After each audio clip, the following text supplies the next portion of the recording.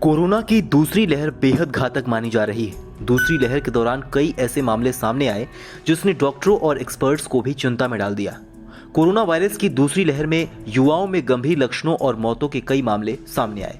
कई केस तो ऐसे आए जहां मरीजों में कोई लक्षण नहीं थे, फिर एकाएक ऑक्सीजन का लेवल घटता चला गया। यहां तक कि ऊपर से स्वस्थ दिखने वाले व्यक्ति में अचानक कुछ ही घंटों में ऑक्सीजन लेवल 50% से भी कम हो गया और मरीज वेंटिलेटर तक पहुंच गया। दरअसल इसके पीछे का कारण है हैप्पी हाइपोक्सिया। हैप्पी हाइपोक्सिया को लेकर डॉक्टरों का कहना है कि यह कोरोना का एक नया लक्षण है। महामारी 1 साल से अधिक पुरानी हो गई है, फिर भी नए नए लक्षण अब भी सामने आ रहे हैं। सर्दी, बुखार, खांसी से शुरू होकर यह इंफेक्शन गंभीर निमोनिया और सांस लेने की समस्या तक पहुंच गया है। रिसर्चर्स ने कुछ समय में डायरिया, गंध स्वाद का न होना, खून में थक्के जमने जैसे कई नए लक्षण देखे थे।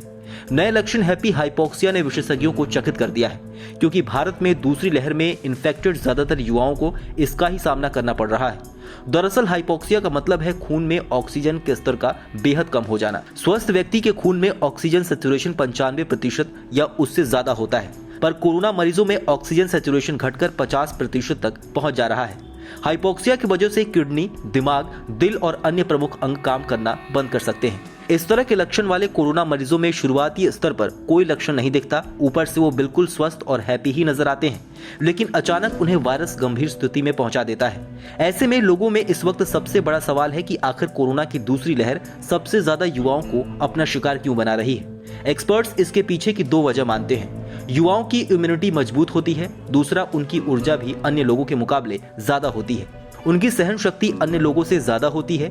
अगर उम्र ज्यादा हो तो ऑक्सीजन सैचुरेशन का 94% से 90% होना भी महसूस होता है। इसके उलट युवाओं को 80% ऑक्सीजन सैचुरेशन पर भी लक्षण महसूस नहीं होते हैं।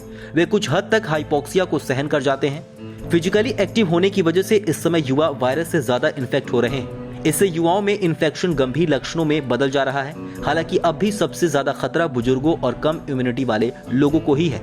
अब तक सामने आए आंकड़ों के अनुसार कोरोना के 85% लोगों में माइल्ड, 15% में मॉडरेट और 2% में जानलेवा लक्षण दिख रहे हैं। चूंकि ज्यादातर युवाओं में माइल्ड लक्षण होते हैं, इसलिए अस्पतालों में उन्हें भर्ती करने में देरी हो रही है। इससे उनमें मौतों का आंकड़ा भी बढ़ रहा है। बीमारी के अलग अलग स्तर के लक्षणों के बारे में अलर्ट देना बेहद जरूरी है। ऐसे में इस वक्त सबसे ज्यादा जरूरी है कि आप अपने स्वास्थ्य को लेकर ज्यादा सचेत रहें, जितना हो सके नियमों का पालन करें।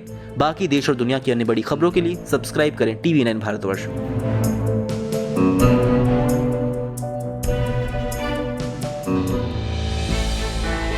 हमने की गलती फिर एक बार, कोरोना ने किया दोबारा प्रहार। मास्क, 2 गज दूरी, करें अपनी सुरक्षा खुद।